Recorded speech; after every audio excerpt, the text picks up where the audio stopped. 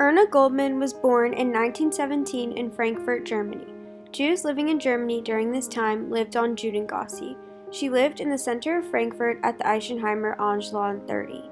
Goldmann and her family lived in an apartment owned by her grandfather. It was located near the Eichenheimer Gate. Erna attended the Samson Raphael Hirsch Jewish Day School, one of the only 2 Jewish day schools in Frankfurt. Kids are sent to the school for 4 years and then sent to a Christian school, so the kids would learn as much as possible and get a secular education. Erna and her brothers attended a Zionist youth movement, Blau Vieb. Erna made it her priority to keep meeting with this group even when Hitler rose to power. Erna's brother Paul went to Holland and stayed with Erna's uncle to get commercial practice. In 1940, the Germans invaded Holland. 107,000 Jews were deported out of Holland.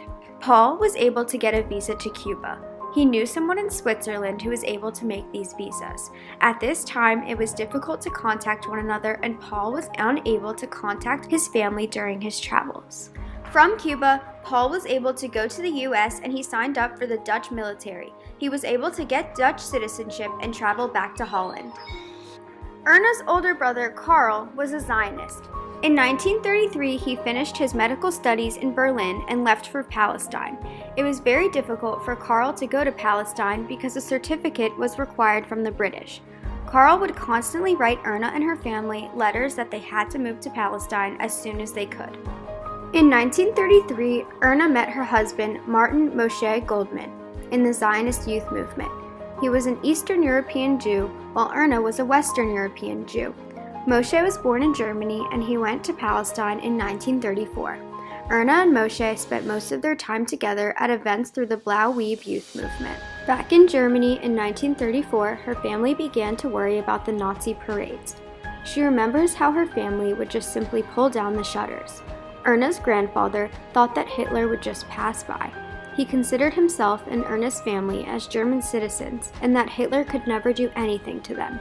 Erna began to see signs around Frankfurt that said, "Entry is forbidden for Jews." However, her family did not think these restrictions applied to them because of their German patriotism. Erna's mother made the decision to leave and go to Palestine in 1936 because of her brother's letters. Her father sadly passed away from a heart condition during this time. It became Erna's goal to emigrate to Palestine because of everything she had learned and talked about in the Blau Vieb Zionist youth group. Erna's mother got a certificate to emigrate to Palestine before she did, and she had to leave without Erna.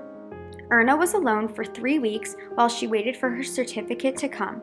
Finally, a note came from the Jewish agency that told her that she could get her certificate in 1937.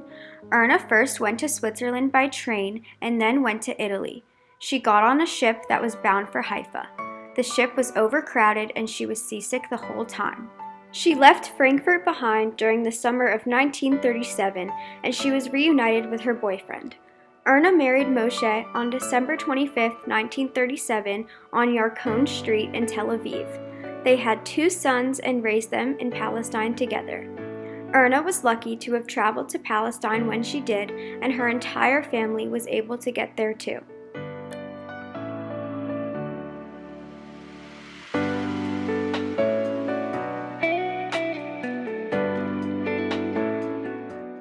Erna pursued her passion as a jeweler, and Moshe started a profitable business.